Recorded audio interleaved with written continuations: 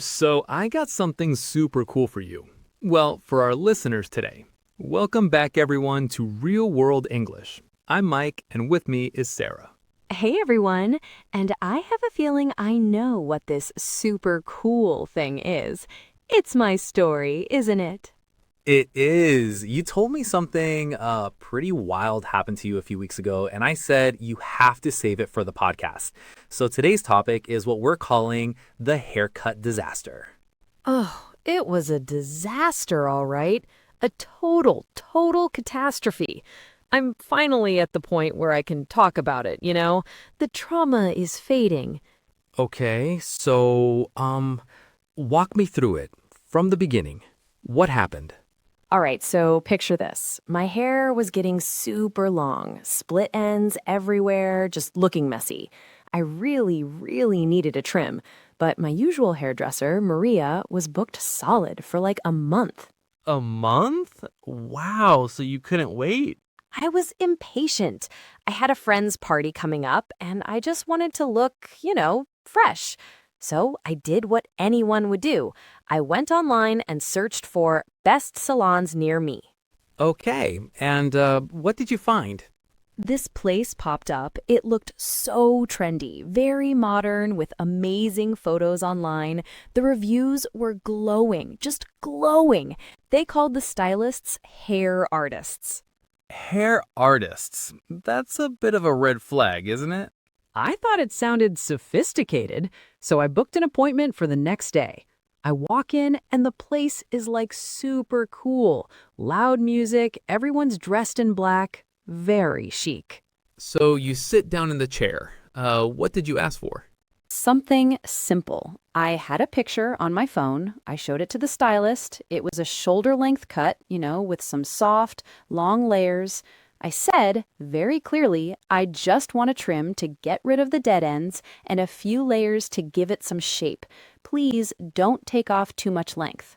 Right. And what did the stylist say? He glanced at the photo for like half a second.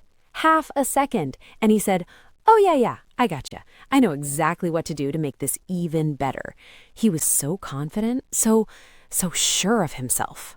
Better is a dangerous word in a hair salon. It's the most dangerous word. So he starts washing my hair, and then I'm back in the chair. He picks up the scissors, and then snip, the first cut. And I see this huge chunk of my hair fall onto the floor. Oh no. How much are we talking? Like 4 inches. I asked for a trim, maybe an inch, tops. And this was a 4-inch piece. My heart just dropped. Did you say anything right then? That's the thing. I froze. You know that feeling when you're so shocked you can't even speak? I just sat there, my eyes wide, watching him in the mirror, and he just kept going. Snip, snip, snip. He didn't notice your expression? The pure terror on your face?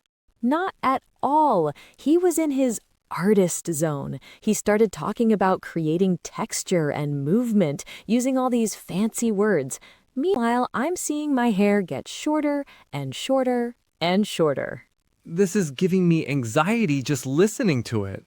So, when did he finally stop? After about 20 minutes, which felt like an eternity, he puts the scissors down and grabs the thinning shears. Another bad sign. He's chopping into my hair, and I'm just numb. Right. Finally, he spins the chair around to face the mirror and says with this huge smile, "Ta-da! What do you think? So much more edgy and cool." And what did you see? What was the final result? Mike, it was horrible. Just horrible. My hair was up to my chin. But that wasn't the worst part. It was completely uneven. One side was visibly shorter than the other. The layers weren't soft, they were choppy, like a staircase. And he had given me these tiny little bangs that I absolutely did not ask for. Wow, that is so much worse than I imagined. So what did you say to him? This is the crazy part. I looked at this this monstrosity on my head, and I looked at his proud, smiling face, and I just said, "Wow, it's different. Thanks." You said thanks? I did. I paid him. I even left a tip because I was so flustered, and I walked out of there as fast as I could. The second I got in my car, I just burst into tears. I looked in the rearview mirror, and it was a nightmare. So, what did you do about the party and just existing after that? I wore a beanie, a hat, for 3 straight weeks. To the party, to the grocery store, everywhere. I was so embarrassed. I eventually went to another salon, a different one, and they did their best to fix it, but they had to cut it even shorter to even it out. I had a pixie cut for a while, not by choice. That's an incredible story and a really good lesson for our listeners. It's a great example of real-world English in action because you have to be able to communicate exactly what you want. Absolutely. And don't be afraid to speak up. If you see a giant chunk of your hair fall, it is okay to say, "Hey, hold on a second. Learn from my mistake." A botched haircut is a terrible thing. Botched. That's a perfect vocabulary word. It means something that's ruined because it was done badly. My hair was definitely botched. It's growing out now, thankfully. It's almost back to a normal bob. But the memory will live forever. Well, thank you for sharing your traumatic but very educational story with us, Sarah. You are very welcome. I hope it helps someone out there avoid their own haircut disaster. So, you mentioned the party. I have to ask, did you end up going to the party with the beanie on? I did. I felt so self-conscious, but I didn't want to miss my friend's birthday. I tried to style it, but it was impossible. The beanie was my only option. I felt like I had a giant glowing sign on my head that said, "Bad haircut victim."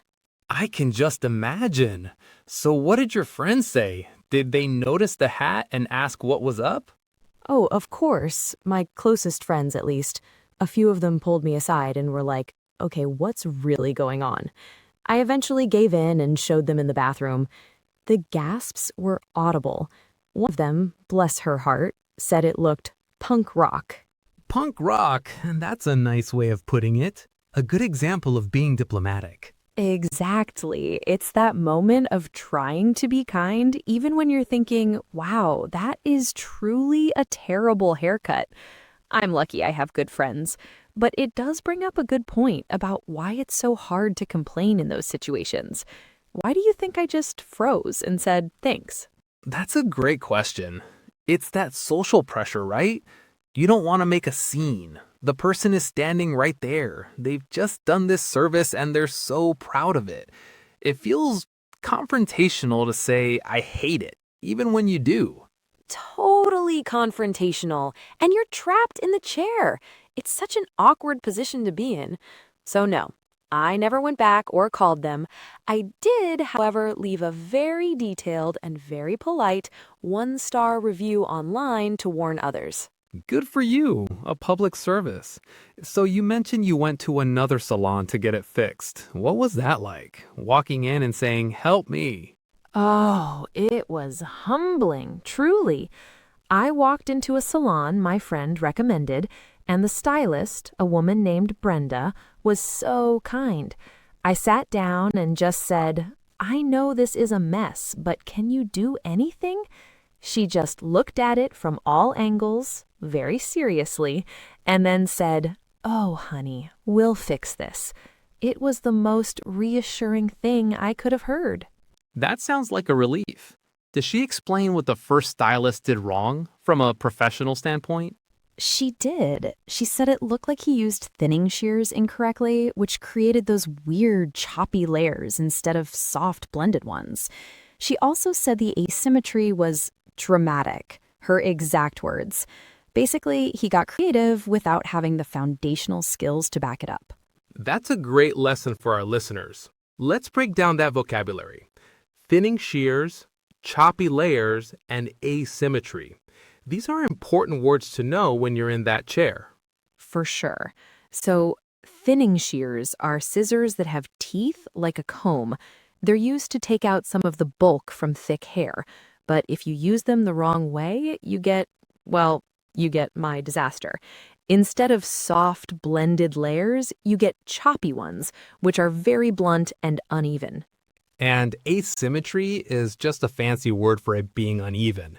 My hair was definitely asymmetrical, with one side longer than the other. I look like a Picasso painting. All right, that's all the time we have for today on Real World English. We hope you enjoyed the episode. Join us next time for more stories and tips to help you master conversational English. Bye, everyone, and be careful at the salon.